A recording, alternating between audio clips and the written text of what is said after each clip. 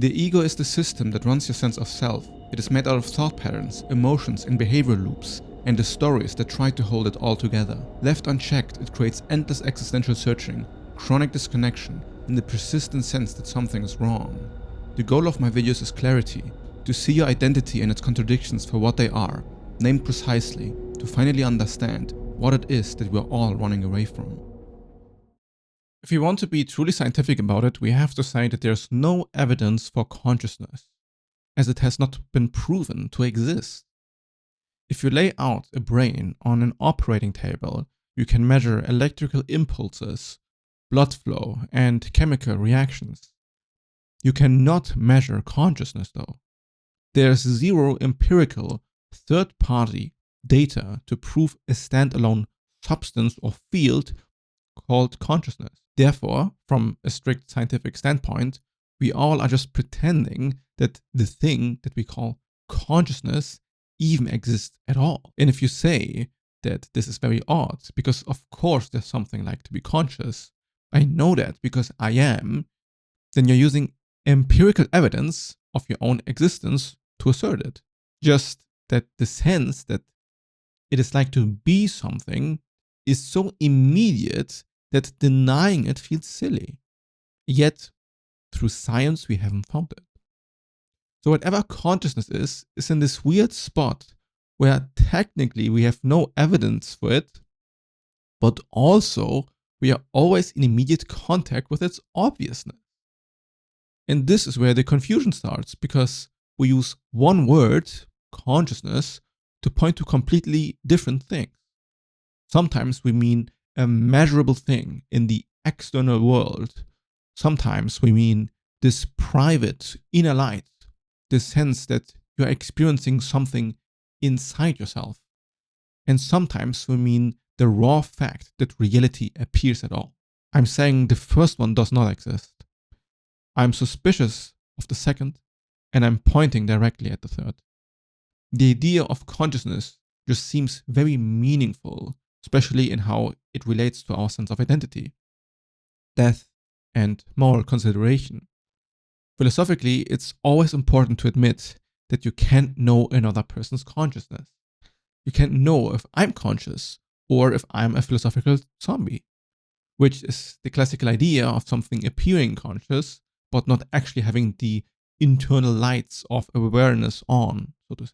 But think about how weird this is, this thought experiment in comparison to what life is actually like. We are saying that something could appear exactly like us, a conscious being, but not actually be conscious. And this might intuitively feel graspable, like imagining a dead object, but let's be real about the necessity of proof for consciousness. Do you know I'm conscious or not? Can you claim to know? Or will you be humble and say, no, I don't really know because I'm not actually in your perception? I'd argue that the only way you can doubt that is by playing some odd game of intellectual denial. Yes, my consciousness isn't as immediate as your own, but does anyone really believe other humans need to prove their own awareness? Or is it intuitive? The philosophical zombie thought experiment is actually pretty divorced from reality, because the standard here for knowing is kind of tricky, because we can feel epistemologically humble and say, yeah, I don't really know if another human is conscious or not. But honestly, imagine I take a baby and throw it out the window, and then I say, well, we can't really know if the baby was conscious, right? We aren't the baby. We don't have any memories of being a baby, and it's a brain that was severely underdeveloped. Maybe it's not really like us. The insanity of an argument like this is so immensely ludicrous that nobody would seriously entertain it. This moral aversion for such an act is beyond philosophical knowledge. We recognize other beings' consciousness and therefore say we know someone else is conscious. It happens because we recognize this truth without actually needing the evidence for it. Our recognition of consciousness is moral and intuitive, not mathematical. I'd argue that reality works precisely like this. We have an internal world simulation where we construct reality through our senses. It's the construction of the senses that works the same for us humans across the board. I mean, relatively speaking, right?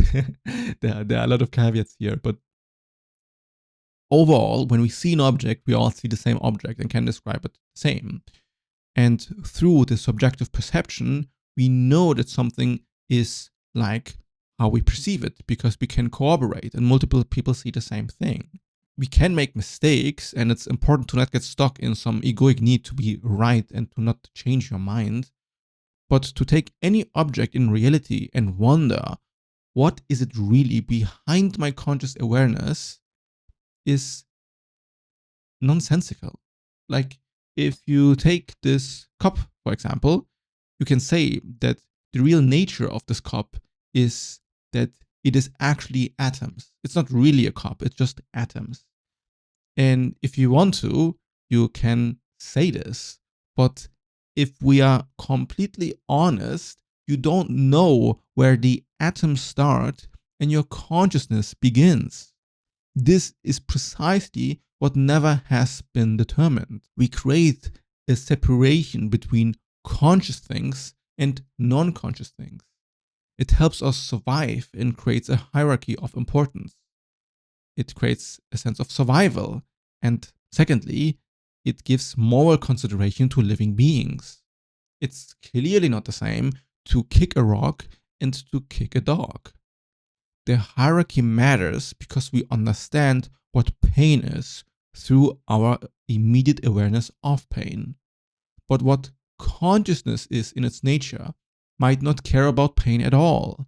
What if consciousness has absolutely no hierarchy between objects and people? That's what makes this topic of consciousness so weird. At which point is an entity so impactful for us and so intelligent that the difference between it having actual awareness or no awareness at all stops mattering? At which point is the gradient of conscious and unconscious meaningless because of the power and sophistication the object holds?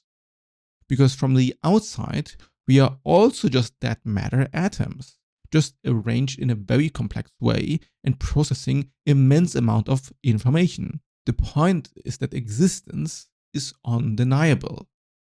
Movement is undeniable.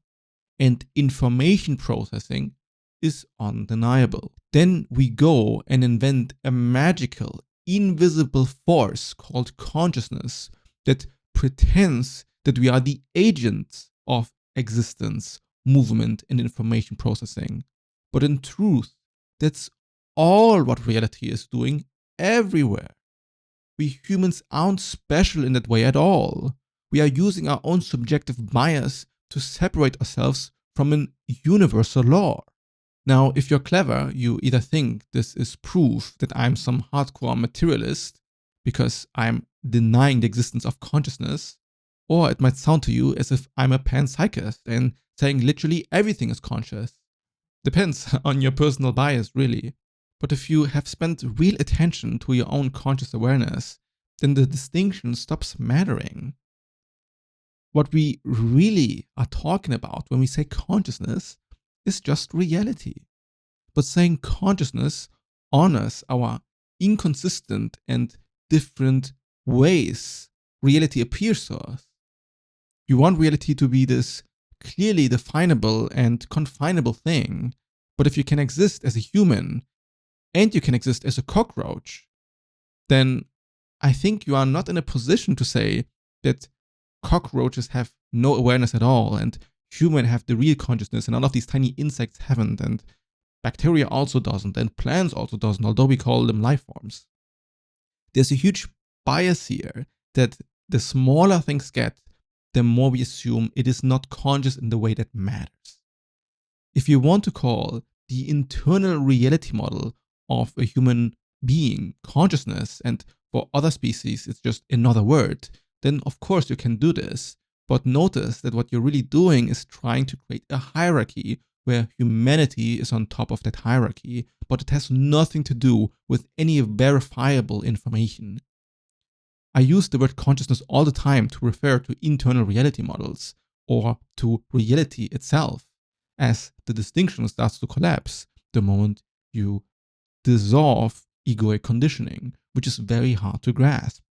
Because there, of course, always must be some internal reality model as long as you are in a biological meat suit. You're never going to escape the fact that your brain filters sensations, but to the extent to which your body does this is highly dependent on your own identity, on your own ego, and how much do you use words in order to filter the raw awareness that is actually there all the time, and how there's not really a distance between you and the perception of anything you perceive. If all of reality is just creating different sense modalities and reality models with no ultimate baseline and seemingly infinite movement and transformation, then the distinction between conscious being and unconscious being stops mattering. What we really should care about is the nature of suffering and pain, as it is immediately obvious before any word tries to qualify it or tag it that pain and suffering matters and we don't want to experience it, and we are compelled to reduce it. We can start with humans first, and then maybe we'll end up caring about cockroach consciousness at some point. Who knows? The hierarchy that our awareness creates is what separates people from non-dual perception. If you have a split between you and other, and you can pretend that other beings aren't as real as you are because you cannot really be them or really know them the way you know yourself, and therefore you can always pretend that there's some real important distance between you and all of reality, then your own sense of awareness is fractured, and you pretend to not know something that is immediately visible. The sense of being disconnected or fractured from objective reality is the key to a lot of spiritual seeking or philosophical overthinking, to believe that everything is just subjective and that your subjective perception couldn't possibly have access to something actually truthful. Because the moment you recognize that consciousness either doesn't exist or everything just is what consciousness is, the distinction collapses, then the implication for you as a person is very scary. So you need to validate your own internal reality model that, causes so much neuroticism in modern society. My ego architecture audit is to map out the contours of your own internal reality model and see where there's friction in your own belief systems and where you filter your perception. You should check out the PDF in the description where I explain how my process precisely works. It's not about adopting any framework in particular, but to see where do the edges of your own framework lie and why haven't you found existential peace within yourself, which is what philosophy and spiritual seeking is really trying to do. And then it masks itself in the pursuit of some metaphysical knowledge, as if you could escape your human body while still being human. Why else do you think we humans are so obsessed with consciousness? We are driven by knowledge and curiosity for sure, and you might argue that this is all what reality is doing, just processing information, being driven to figure out what it is and what it can do. But there's also, as a human, this real important fear of death and our need for survival that makes consciousness quite a relevant idea to us, as its nature might have a lot of implications about what it means for us to die. If Panpsychism is true, then our entire worldview has been built on an extremely insane illusion, a sense of separation that never actually was there in the way we thought it did. And depending on who you are, this is either a giant relief or horrifyingly terrifying. So if you want consciousness to mean the nature of reality modeling itself, then but as some external truth, something that you can uncover outside of yourself, then there's no proof for that at all.